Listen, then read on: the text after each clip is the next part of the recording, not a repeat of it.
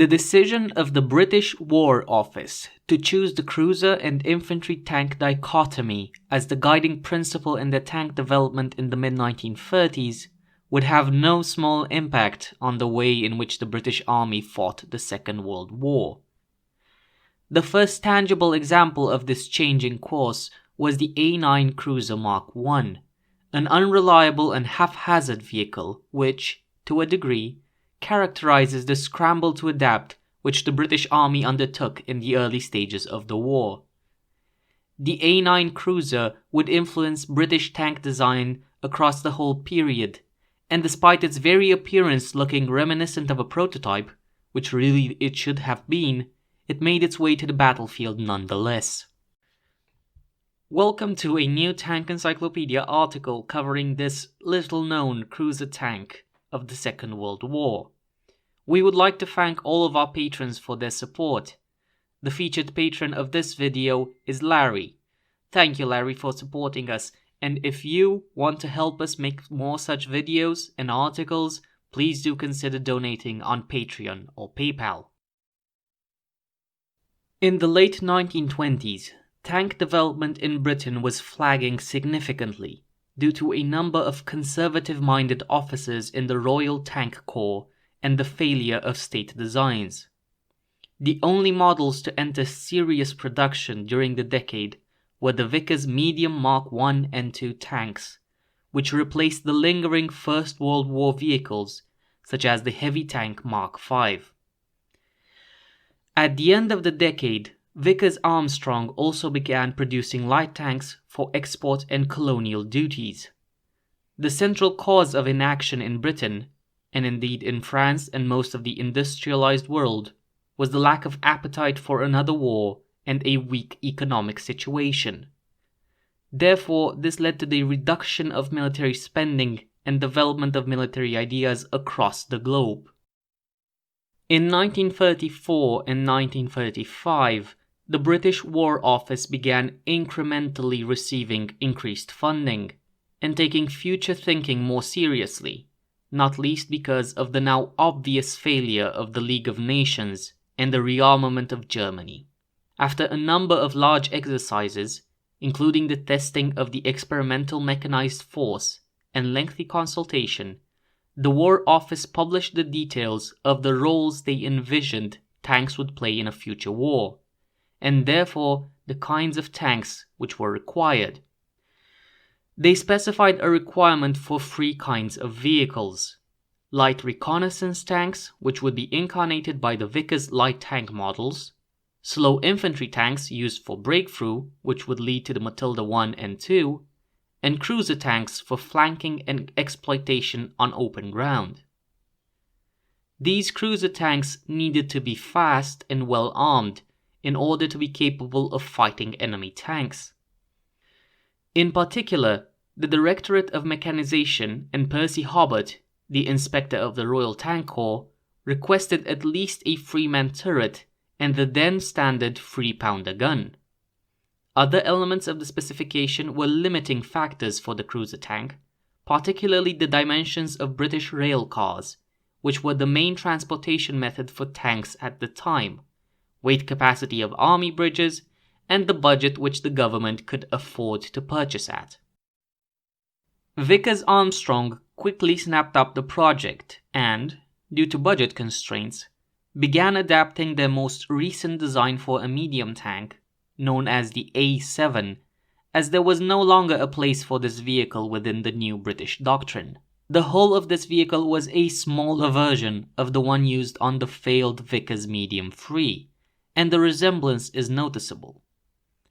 They initially drafted in arguably their most talented and notorious designer, Sir John Carden, to adapt and produce the prototype, but his untimely death in an aircraft accident in December 1935, at the age of only 43, cut short his involvement in the project.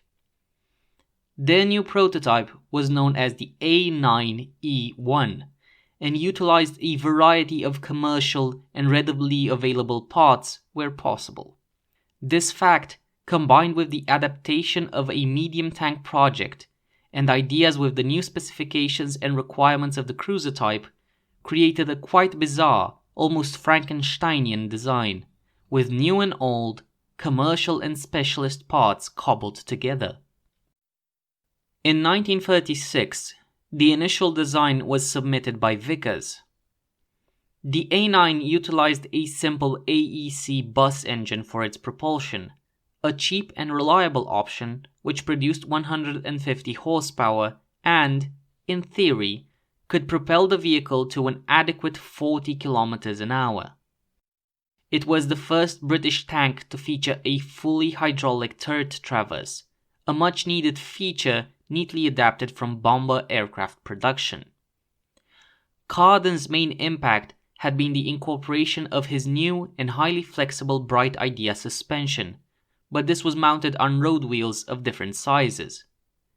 This saved on maintenance costs but caused a complete headache for supply and maintenance teams in the field, which had to carry spares of each size. In initial testing in May, the suspension was also found to be poorly guided and supported by the chassis. This meant that, on rough ground and in fast turns, the tracks would easily slew and fall off the runners. This discovery led to some minor tinkering, but the problem never really went away. The main gun was a bright spot.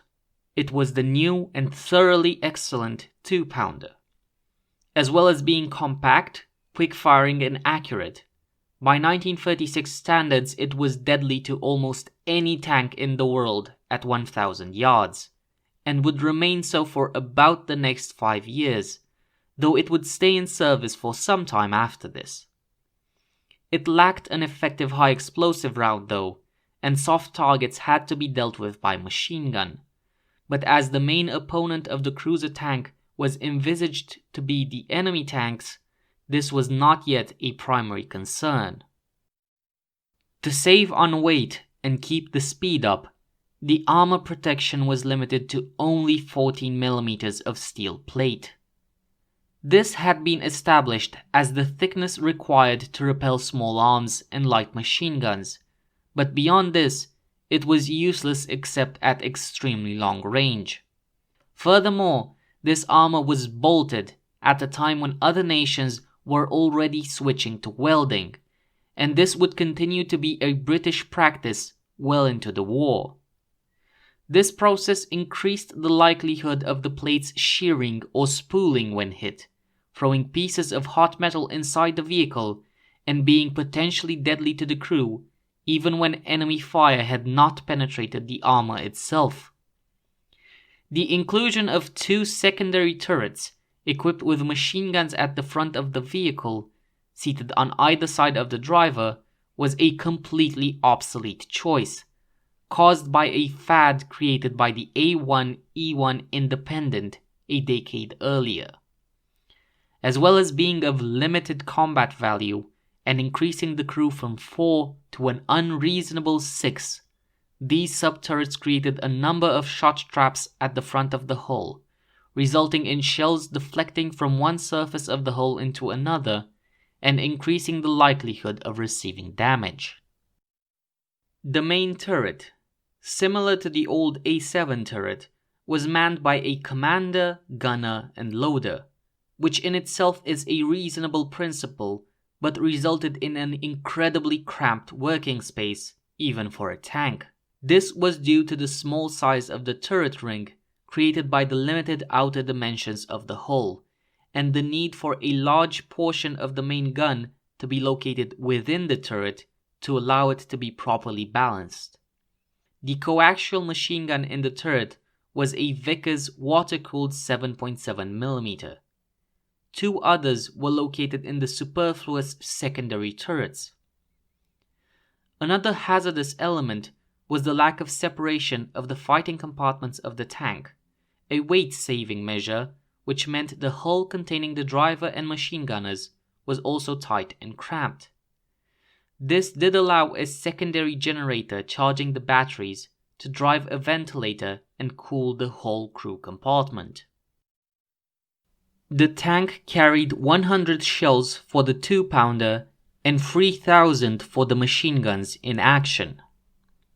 Even as the A9 was accepted for production, a combination of the increasing budget of the War Office for research and development, global instability, and the flaws found in the A9's design led to its recognition as a stopgap measure, with successes already in the work by both Vickers-Armstrong and the Nuffield Company in 1937, the A-10 and A-13 cruisers respectively.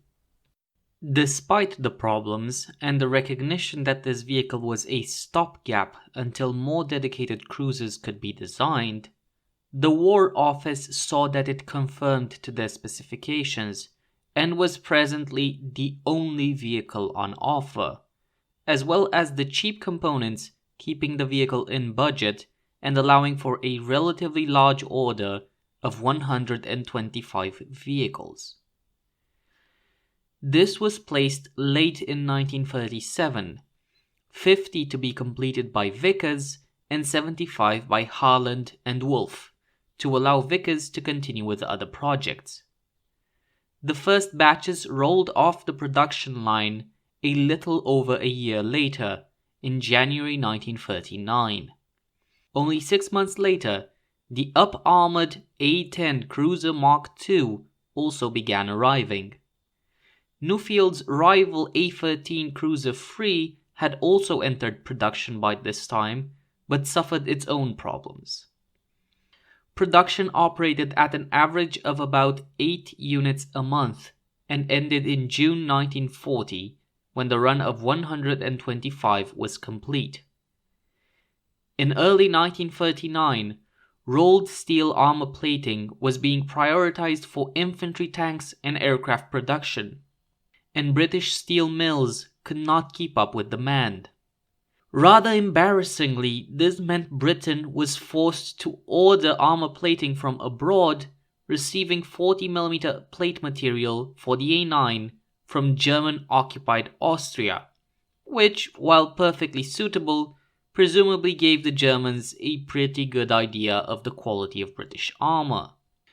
The whole of the vehicle would be used as the basis for the much more successful Valentine tank later in the war, but it was significantly upgraded and up-armored. In gunnery training, the A9 was found to pitch violently at speed, and be pretty hopeless when firing on the move.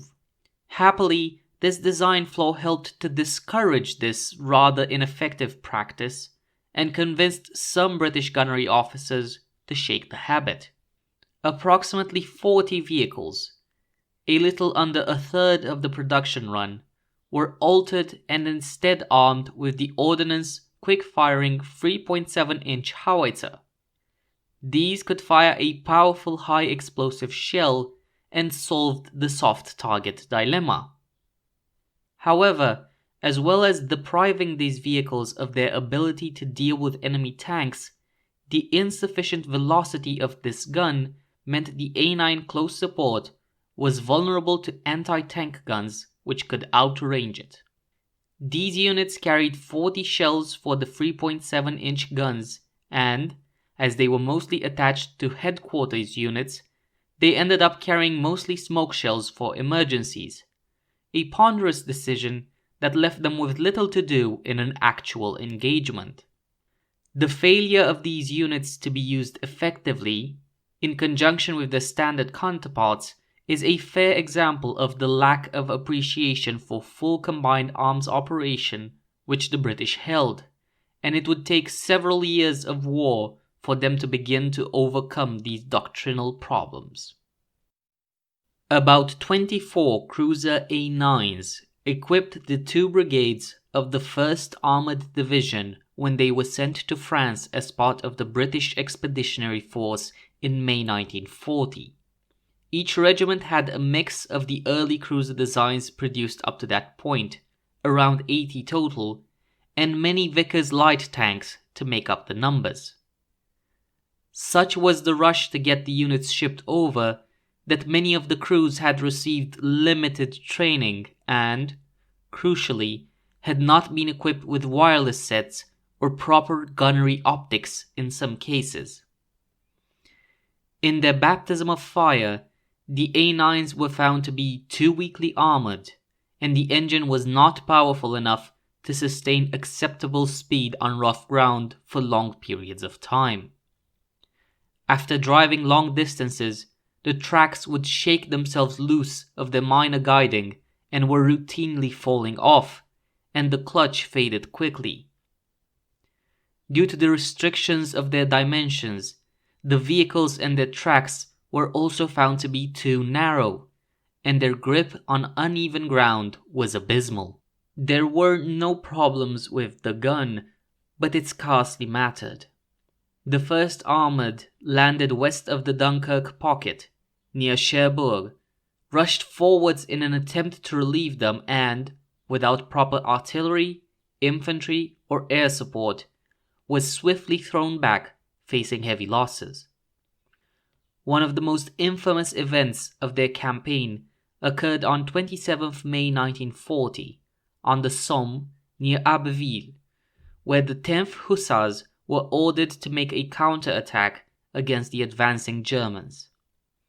On the day, they were not told the French contingent providing their artillery support had been called off, and the 30 cruiser tanks retreated in chaos under heavy fire from concealed anti-tank guns, knocking several out and killing 20 men in under 10 minutes. What followed was a sapping few weeks of rearguard actions and evacuation, in which virtually all of the division's tanks were lost. All of the cruisers had performed much the same. In the following months, a further 70 A9s were shipped to North Africa, equipping the 2nd and 7th Armored Divisions, along with the sister cruisers, all rapidly approaching obsolescence at about the same rate. Their performance in North Africa was broadly the same as established.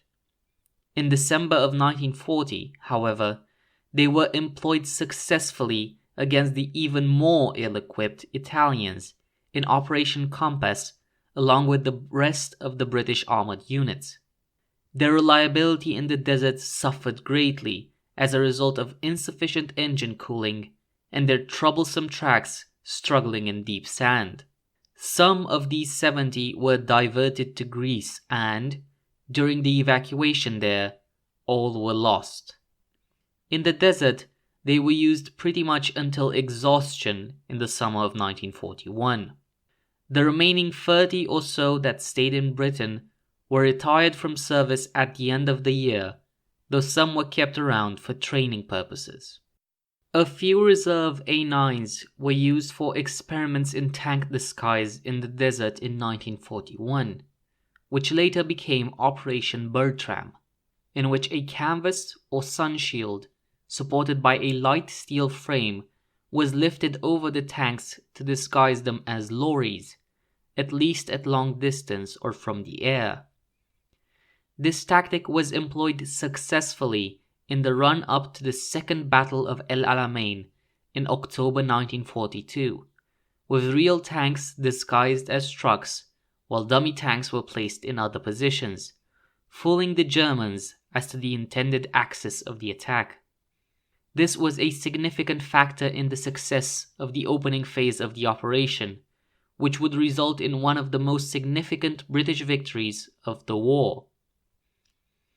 A few A9s were captured by advancing German units in a reasonable state during the French campaign, and was studied and then likely used for garrison duties until they ran out of parts and were scrapped, though there is a significant lack of accurate records. Although some of the other cruisers captured in the campaign were reportedly deployed in the early stages of Operation Barbarossa. In North Africa, at least one example of an A9 cruiser was captured by the 8th Panzer Regiment in fighting in the Fort Capuzzo area in June 1941, but in such one-off cases, it would have been a waste of time to press them into service. A single A9 from the last production batch is preserved in excellent condition at the Bovington Tank Museum. and another of reasonable quality has also found its way to the Cavalry Tank Museum in Ahmednagar, India. These are the only known surviving vehicles. The A9 was more than capable of facing the early German Panzer Is and IIs, its Italian contemporaries, and, at least on paper, the early models of the Panzer III, thanks mainly to the 2-pounder gun. Its failures stemmed from the significant compromises in its design, which were required to get it into production at all. The difficult maintenance, poor protection, and lack of experience of its crews in the vehicle itself, or in performing their intended role, were the main issues. This unfortunate fate it shared with its sisters, the A-10 and A-13 cruisers. Its principal replacement was the Crusader, which began arriving in the desert in 1941. While an improvement in virtually every way, thanks to the urgency created by the loss of so many vehicles in France, it was rushed into service with many of the same principal problems, though ultimately over 5,000 would be produced.